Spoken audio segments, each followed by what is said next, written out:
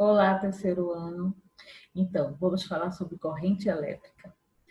Gente, eletricidade, né, é uma forma de energia, um fenômeno que é um resultado da existência de cargas elétricas. Essas cargas elétricas, elas estão em tudo na nossa vida. Faz parte da biologia do nosso corpo, né? Da composição química, os átomos, as ligações, as moléculas, tudo isso daí é energia, né?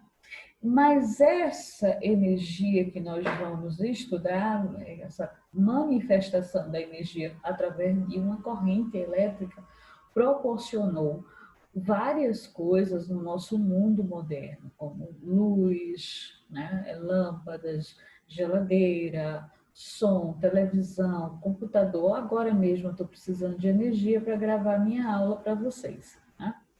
Então, todas essas coisas que nós temos hoje em dia vêm através de correntes elétricas e uma energia que está vindo nessas correntes e alimentando nossos equipamentos.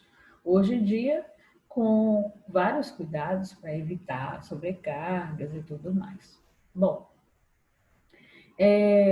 do terceiro ano, vocês vão. Alguns de vocês, na verdade, já conhecem um personagem da física simplesmente apaixonante, que é este camarada aí, Tesla. Então, nós vamos falar muito sobre ele, tá?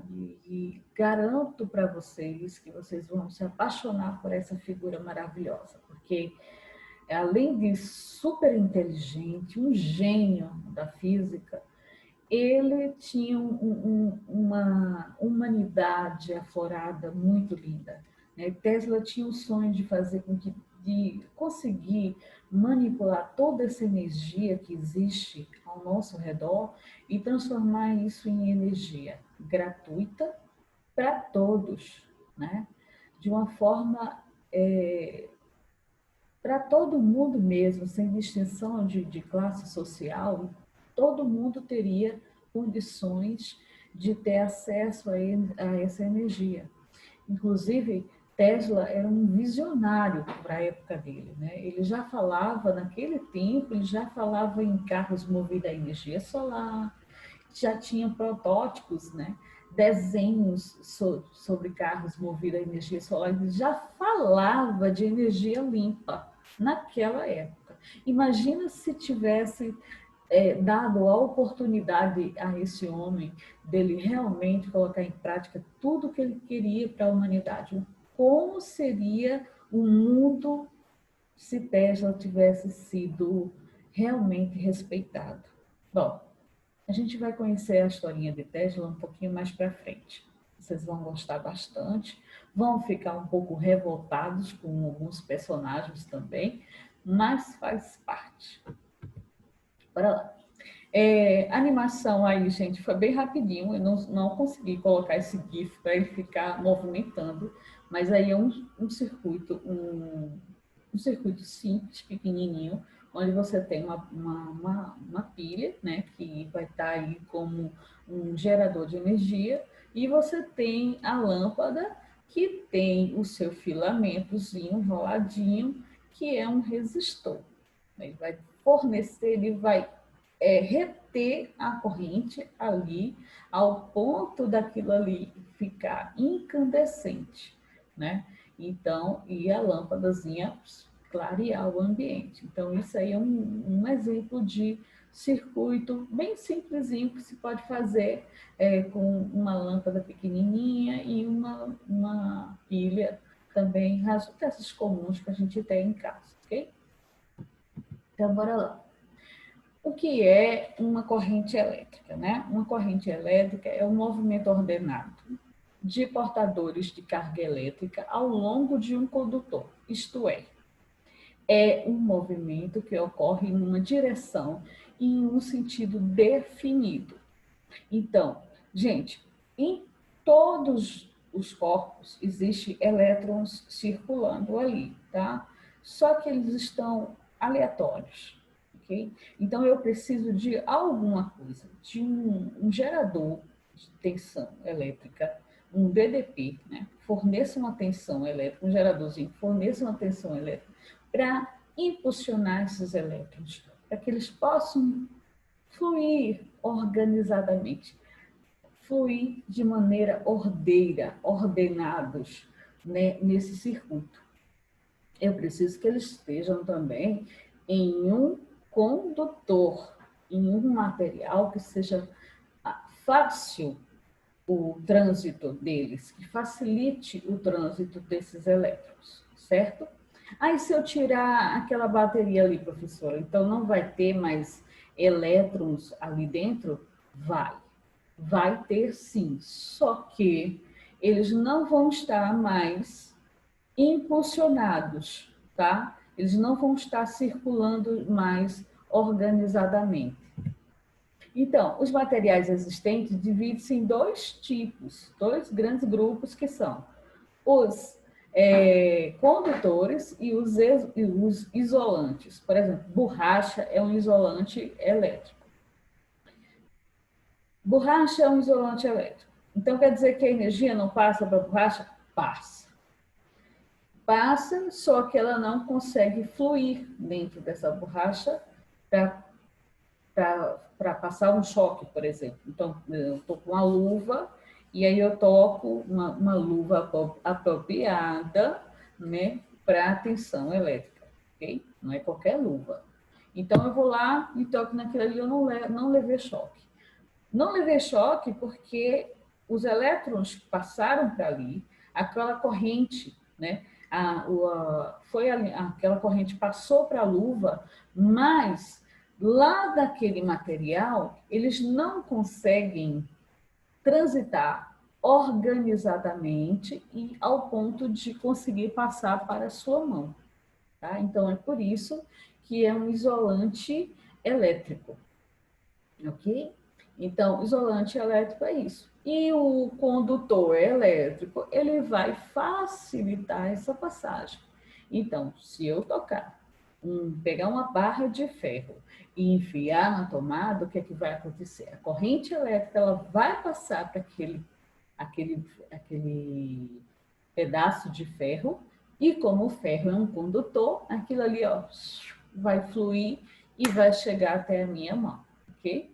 Então, o isolante ele impede que esse fluido dessa corrente, né?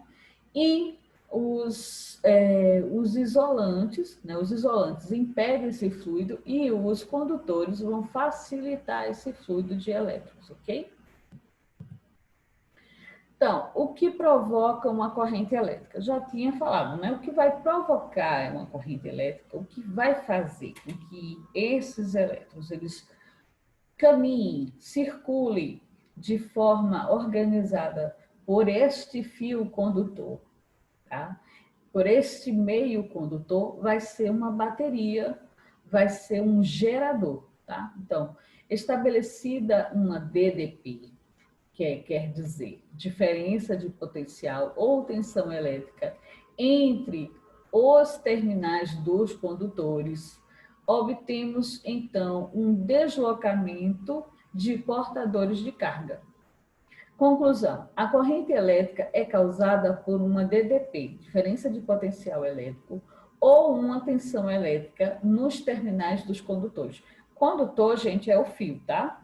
Então, nos terminais do condutor, tem que ter um gerador, alguma coisa, que vai fornecer uma DDP e vai impulsionar esse movimento organizado de elétrons, tá? Pelo circuitozinho, ok? Aí vocês veem aqui, ó, um interruptor, tá? Esse interruptor aqui, ele tem a função, como o próprio nome diz, de interromper a corrente. Então, quando você toca nele, né, você abre a corrente. E aí, o que acontece? Não vai haver passagem da corrente elétrica e, portanto, a lâmpada ali não vai acender, certo? Então, o interruptor, ele vai servir para isso. Gerador elétrico, né? Que é a pilhazinha que tem ali, ou bateria, enfim. Para mantermos a corrente elétrica pelo tempo que for necessário, devemos manter diferentes os potenciais das extremidades dos condutores. Por exemplo, o elétron que chega numa das extremidades do condutor é levado para outra extremidade, mantendo assim uma DTP entre elas. O dispositivo que transporta o elétron é chamado de gerador elétrico. O gerador elétrico, neste caso, foi uma pilha, tá? Poderia ser uma bateria? Poderia ser uma bateria também. É tudo aquilo que for utilizado para gerar energia, tá? Então, isso aí está gerando uma DDP, está gerando uma tensão elétrica, então é conhecido como gerador elétrico, certo? E intensidade média da corrente elétrica. Bora lá, vamos começar a chegar na parte mais animada do assunto, que são as fórmulas. Então, essa fórmula é bem simplesinha, ela também pode ser colocada naquele triângulozinho, naquele esqueminha de triângulo, que facilita bastante. E uma delas já é conhecida de vocês, que é essa daqui, ó. A carga, que é igual a número de elétrons vezes a carga elementar de um elétron, né? Que é 1,6 vezes 10 elevado a menos 19. Lembra disso? Não pode esquecer esse valor nunca, jamais, em hipótese alguma. Então, bora lá. É a relação entre carga total, valor absoluto, que atravessa uma superfície S de uma secção transversal do condutor num intervalo de tempo, em um determinado intervalo de tempo. Então, intensidade da corrente elétrica é a razão. O que é razão, gente? Quando ele fala razão, ele está falando de uma divisão. Razão é divisão. Uma razão entre a carga, a quantidade de carga elétrica que existe ali, pelo intervalo de tempo que ela leva de um ponto a outro.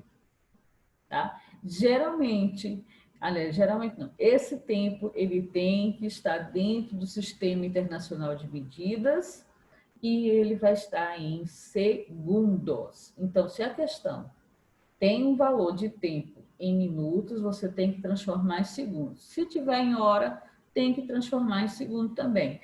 Uma hora, quantos segundos? 3.600 segundos. Então, fique esperto nisso daí, porque senão você vai perder a questão por não colocar dentro do Sistema Internacional de Medidas, ok? Então, tempo em segundo. A carga, né, é em coulomb.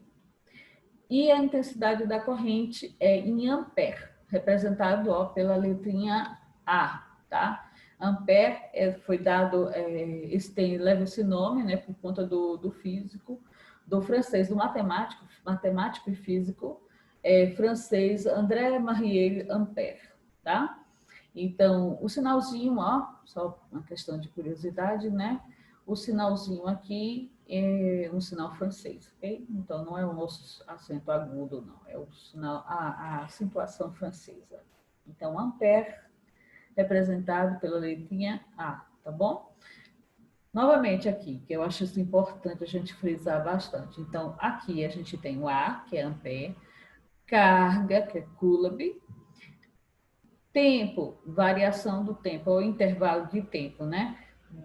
O T é em segundos, e aqui nós temos, de novo, gente, às vezes ele pede assim, me diz qual é a intensidade da corrente elétrica, ele te dá o tempo, e em vez dele te dar o valor de Coulomb, ele pode te dar o número de elétrons que tem ali naquele sistema e pede para você calcular. E aí você vai dizer, meu Deus, e agora como é que eu faço?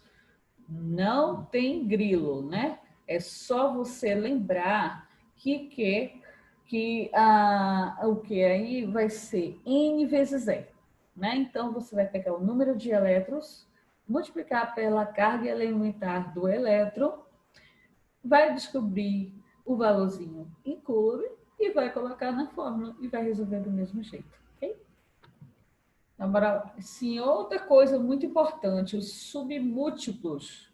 Vocês lembram que eu coloquei antes da gente entrar nessa loucura toda?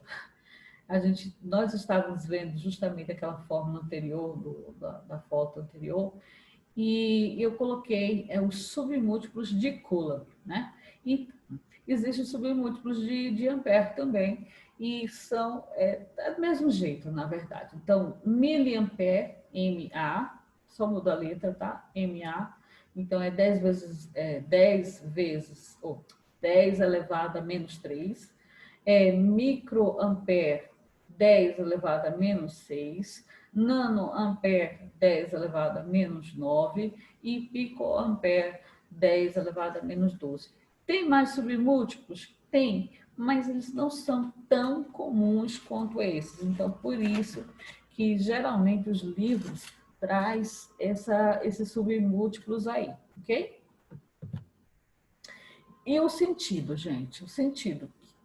Existe uma coisa bem interessante na física e na ciência como um todo, as coisas a gente vai descobrindo, a ciência ela muda, à medida que você vai ganhando tecnologia, você vai mudando conceitos, quebrando teorias, e isso é normal. Algumas pessoas não aceitam isso, mas, por que que o médico dizia que não podia comer ovo cozido e agora pode? Mas é porque a ciência evolui, né? Então, tudo na vida evolui. E quando evolui, quebram-se regras. No caso do sentido da corrente, ocorreu uma coisinha. Eles achavam que a corrente ela saía pelo sentido de maior, o sentido que o sentido da corrente seria do potencial de maior para o menor. E não é isso, é o inverso, né? Então vamos lá. Inicialmente, os condutores sólidos pensava-se que a corrente elétrica era consequência do movimento de cargas positivas. Dessa forma, né, o sentido da corrente seria do potencial maior, positivo, para o potencial menor. Esse sentido ficou chamado de sentido convencional. Sabe-se, então, que o sentido real da corrente elétrica é do potencial menor para o potencial maior, tá? Então, é o inverso, na verdade. Aí tem aqui o esqueminha, ó. Cadê o mouse? Pronto, vou aqui. Sentido real da corrente, do menor para o maior. E o sentido convencional que eles achavam, né? Que é do maior para o menor. O importante é vocês verem uma coisa. Vocês estão vendo aqui, que é isso que a gente já estudou, campo elétrico. Então, o sentido da corrente ele vai acompanhar o campo elétrico. Ó, presta atenção aqui, ó. Qual é o sentido realmente, o real, né? O sentido real vai ser esse daqui. Não. Ó, mostrando aqui, tá vendo? O sentido real da corrente elétrica. Sentido real da corrente elétrica. Então, nós temos aqui, ó, vai sair e vem para cá. Sentido real. E o sentido convencional, o inverso, né? Eles achavam que era do maior para o menor. Então, ele vai acompanhar o campo elétrico, tá? O campo elétrico, o vetor do campo elétrico daquele gerador, daquela corrente, aquele local onde está se saindo aquela energia, né? Então, bora lá. De novo, para ficar bem clarinho isso daí. Existem dois sentidos de correntes. Um que é o chamado sentido convencional, que é errado, mas que por uma questão de história e tal foi ficando, e o sentido real. O que dizia o sentido convencional? Ele dizia que a corrente saía da região aqui, ó, de maior potencial, o mouse some toda vez, maior potencial para o menor potencial. E o sentido real da corrente, ele vai ser do menor para o maior, do menos para o mais, tá? Então, existem essas duas coisinhas aí. Geralmente, as questões trazem o sentido convencional. Então, é bom não confundir uma coisa com a outra. Se a questão tá falando para você analisar o sentido convencional, não vai fazer a besteira de pensar a questão pelo sentido real da corrente, porque você pode ser prejudicado na questão, certo? Então, é preciso saber direitinho isso daí, diferenciar isso daí, tá? E o efeito Joule, né? O que seria esse efeito Joule? Gente, o efeito Joule é o efeito de calor. Aliás, a energia, né, a corrente elétrica, ela pode produzir vários efeitos. O efeito Joule, que é o efeito de calor, ela pode produzir o efeito luminoso, ela pode produzir o efeito magnético, ela pode produzir o efeito biológico na biologia de um corpo. Então, existem vários efeitos, várias manifestações que podem ser possíveis através de uma corrente elétrica. O efeito Joule é o mais comum, que é o efeito de calor. Ele é obtido através de resistores que são colocados no aparelho eletrônico, que tem a função de reter o máximo possível a corrente em um determinado ponto.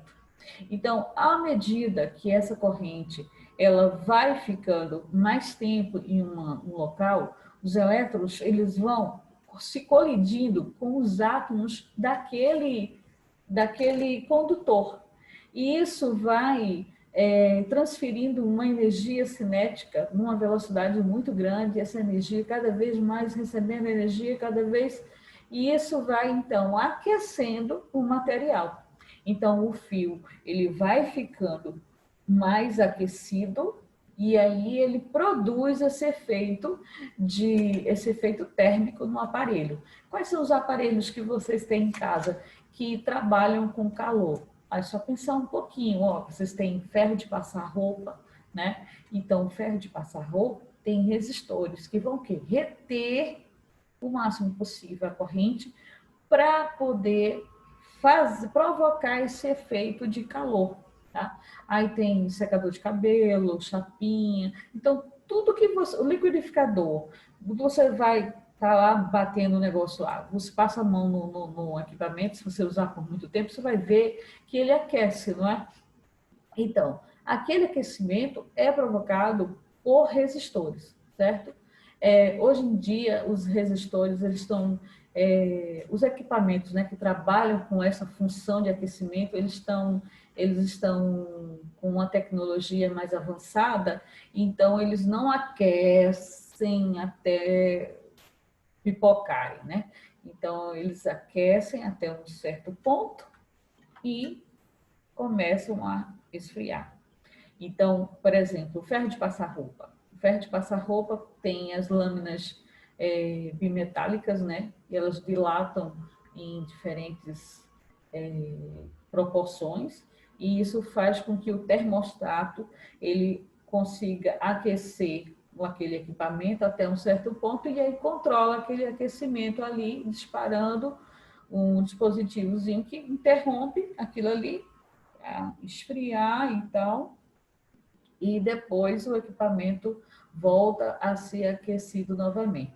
Isso daí é um avanço tecnológico. Antigamente, ferro de passar roupa, a gente botava a tomada dentro no ferro e a outra ia na parede. E a gente aquecia aquele ferro, ia aquecendo, aquecendo, aquecendo, aquecendo. Aí você passava o ferro, daqui a pouco ele estava insuportavelmente quente, podia queimar as suas roupas, aí você puxava do fio da parede, né? Deixava ele esfriar, e aí quando ele esfriasse, você tornava coisa. Isso era um gasto horroroso na conta de luz, né? Porque vai a demanda de energia para isso é muito grande. Então, eles evoluíram muito, certo? Evoluíram muito. Sim, outra coisa importante é isso aqui, ó. A simbologia, porque a gente, mais para frente, a gente vai ver muitos sistemas e vão aparecer muito esses símbolos, né? Então, o mais comum é esse daqui, mas se você vê isso daqui, trata-se de um resistor, tá? Bom, primeira lei de Ohm. Então, vamos lá. A primeira lei de Ohm é a lei que, justamente é isso que eu estava falando, né? Sobre os resistores elétricos. Os resistores possuem uma propriedade matemática conhecida como resistência elétrica. Ele representa a medida da dificuldade imposta à movimentação de cargas elétricas que atravessam um determinado material e é definida por uma razão entre a diferença de potencial, que é a U, representada pela letra U, que é voltagem, viu? Nos terminais dos resistores e a intensidade da corrente I, que é ampere, ok? Então, aí a gente tem a primeira lei de Ohm. E aqui a fórmula, que é que vocês vão utilizar, que é resistência é igual a voltagem sobre intensidade da corrente. E se essa resistência ela for constante, o que vai acontecer é que a voltagem e a intensidade em diferentes pontos vão ser proporcionais, certo? Resistores. Ainda falando sobre os resistores, a resistência elétrica de um condutor mantida a temperatura constante depende de 3 fatores que são importantes para a gente avançar aqui no assunto. Bom, primeiro, a resistência elétrica R é diretamente proporcional ao comprimento L do fio. Então, aqui, ó. Vocês estão observando, aqui a gente tem um fio, aqui ele está um pouquinho maior e aqui também, né? Então, a resistência L, ele está simbolizando aqui com L. Aqui está 2 L's e aqui está 3 L's. Então, de acordo com a figura acima, percebemos que para os fios de mesmo material e mesma área de secção transversal, ocorrem mudanças apenas do seu comprimento e o valor da resistência elétrica também muda de maneira diretamente proporcional. Ou seja, aumenta o fio, se você duplicar o tamanho do fio, você duplica também a resistência. Se você triplicar o tamanho do fio, você triplica a resistência também. Ok? Então, vai estar diretamente proporcional ao comprimento do fio. Aumentei o fio, aumentei a resistência. Certo? E nesse outro caso, a resistência elétrica R é inversamente proporcional à área de secção transversal. Gente, observa a área de secção transversal. Aqui, a área de secção transversal. Tá? E aqui tem, de acordo com a figura acima, percebemos que os fios do mesmo material, mesmo comprimento, não houve alteração no comprimento do fio, ocorreram mudanças apenas na área de secção transversal. O valor da resistência elétrica também muda de maneira inversamente proporcional, ou seja, dobrando a área de secção transversal do fio, a resistência é reduzida pela metade. Se a área de secção transversal do fio for triplicada, a resistência será reduzida a terça parte. Então, essa região aqui, ó, ele está falando sobre esta região aqui, ó, tá vendo a área aqui, ó. Então, se eu aumentar isso aqui, ó, eu vou diminuir a resistência. Se eu continuar aumentando essa área, a resistência vai cair também, tá? Então, é inversamente proporcional. E o terceiro, né, a terceira regrinha é o seguinte: a resistência elétrica R depende do material que constitui o corpo. vai ter vários tipos de materiais que podem ser trabalhados com corrente elétrica. Alguns vão fornecer uma certa resistência à eletricidade, outros nem tanto. Então, dependendo do tipo do material que você estiver utilizando, a resistência vai ser maior ou menor. Então, os fios de mesmo comprimento e mesma área de secção transversal S, mas de materiais diferentes, apresentam diferentes resistências elétricas.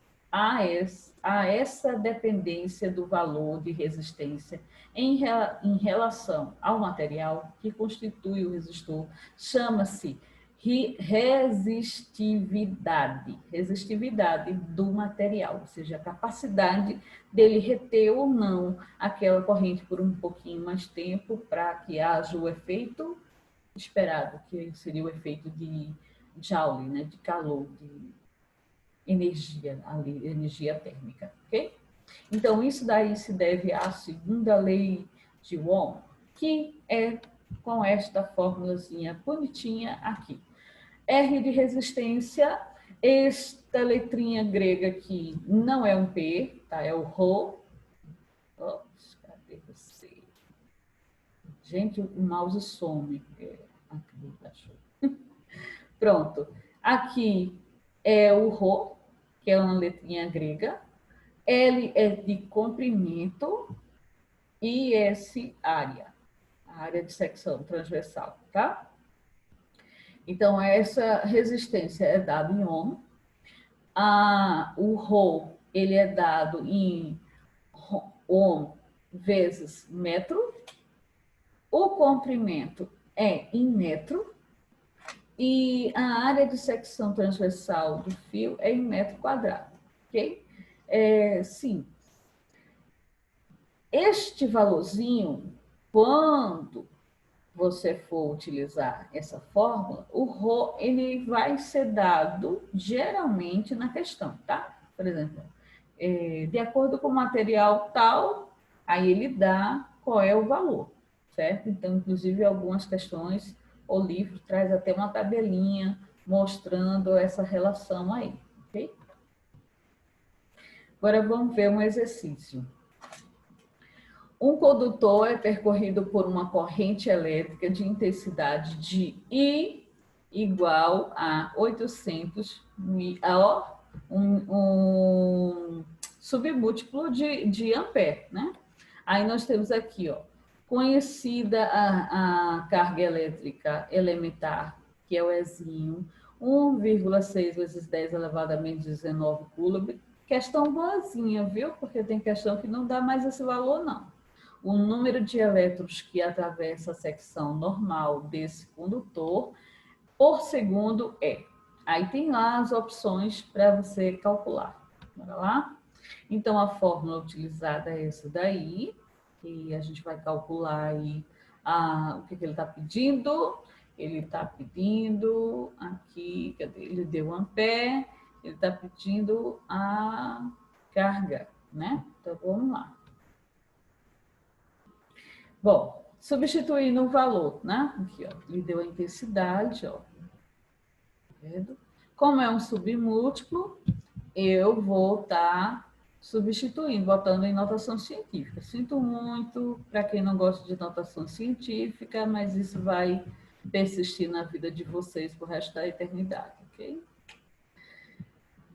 Tempo. 1 segundo. Aqui ele falou por segundo. Então, por segundo, 1 segundo. Então, vai ficar dessa maneira, né? Que você vai fazer o seguinte, ó. Você vai multiplicar aqui, ó. Isso vezes isso. Então, multiplicação por 1. Beleza? E nós temos aquela velha formulazinha. Nós vamos substituir. Pronto. Substituímos aqui, ó, o valor que nós encontramos aqui, que é a de carga. O N, número de elétrons, que a gente não tem, que é justamente o que a questão está pedindo, né? A questão está pedindo o número de elétrons. Esse aqui é o número é a carga elementar de elétrons, que ele deu na questão também. E nós vamos ficar, ó, porque ó, aqui, ó, o que está multiplicando, né, vai passar dividindo. Gente, na divisão aqui, lembra o que, é que vai acontecer? Nós vamos dividir esse número, tá aqui, repete a base 10, menos 19 sobe positivo. Então, vai ficar menos 1 mais 19, 18, certo? Então, 18 elétrons. Pronto. 5 vezes 10 vezes 5 vezes 10 elevado a 18 elétrons. Pronto, aí é o número de elétrons que tem neste pedacinho aí, nessa figurinha aí, nessa questão, ok? Agora vamos ver um outro exemplo aqui de outra atividade. Uma corrente elétrica de intensidade igual a 5 amperes, ampere é o quê? Intensidade da corrente. Percorre um fio condutor, determine o valor da carga que passa através de uma secção transversal por 1 minuto. Gente, quando tiver 1 minuto, a gente tem que transformar em segundos, né? Colocar dentro do Sistema Internacional de Medidas, ok? Então, I é igual a 5, que foi dado na questão. Aí você tem, ele quer o carga, né? Então, a gente não tem carga. E o tempo, olha, tá vendo? 1 minuto, a gente transformou aí em segundos. E aqui nós temos, né? A colocação, a substituição na fórmula, né? Então, por aqui, nós temos a carga, que a gente não tem, tempo, que ele botou 60 segundos, e I, que é 5. Então, vai ficar a carga é igual a I vezes tempo, 5 vezes 60, que deu 300 coulomb, certo? Simples, simples mesmo. Não tem bicho de 7 cabeças, não. É bem facinho mesmo para fazer. Vamos ver outro exemplo aqui. Pela secção reta de um condutor de eletricidade, passam 12 coulombs a cada minuto. A cada minuto. Então, é 1 minuto que a gente está considerando, tá? Nesse condutor, a intensidade de corrente elétrica em ampere é igual a... Então, ele quer a intensidade de corrente, né? Ele quer o I. Então, bora lá. A fórmula, novamente, I é igual a carga dividido por ΔT. 12, que é a carga que ele deu ali, 12 coulomb, dividido por 1 minuto, que é 60 segundos, viu? Então, ó, intensidade da corrente é igual a 0,2 ampere, ok? Mais um exemplo, ao ser estabelecida uma DDP, ó, voltagem. Voltagem é o U na fórmula, tá? Entre os terminais de um resistor, estabelece que uma corrente elétrica de 5 amperes. Então, a gente tem intensidade da corrente, que é o 5 amperes, e tem o U, que é a 50 volts, certo? Qual é a resistência? Então, é a fórmula de resistência. Resistência é igual a voltagem dividido pela intensidade da corrente. Substituindo os valores, nós vamos ter resistência é igual a 50, que é o volts, está lá em cima da questão, e embaixo nós temos a intensidade, que é 5 amperes. Né? Então, a resposta, fazendo a divisão aí simples, resistência é dada em ohm, então 10 ohm. Dúvidas pelo Zap e o e-mail, meu e-mail, silvanabio37@hotmail.com, ok? Gente, vocês vão receber dessa vez uma atividade via formulário do Google. É bem simples de fazer. Vocês vão fazer a atividade, fazer o cálculo no caderno, achou a resposta, marca lá. Aí vai para a próxima questão. São 5 questões só, tá? Coloquei só 5 questões.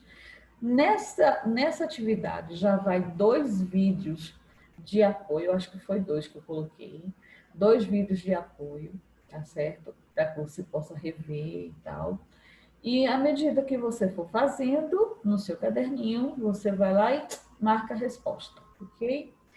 E envia lá embaixo, vocês vão ver, quando você chegar na última questão, lá embaixo tem um botãozinho chamado, um botãozinho que tem escrito assim, enviar. Você vai, clica ali e pronto. Aquilo vai vir para mim e eu vou poder corrigir automaticamente, vai ser bem melhor para todo mundo. Vocês vão ficar sabendo quantas questões vocês acertaram, tudo direitinho. Com relação à foto, vocês vão tirar a foto somente da resolução do cálculo. Resolvi, professora, bate a foto das questões ali e pronto, ok?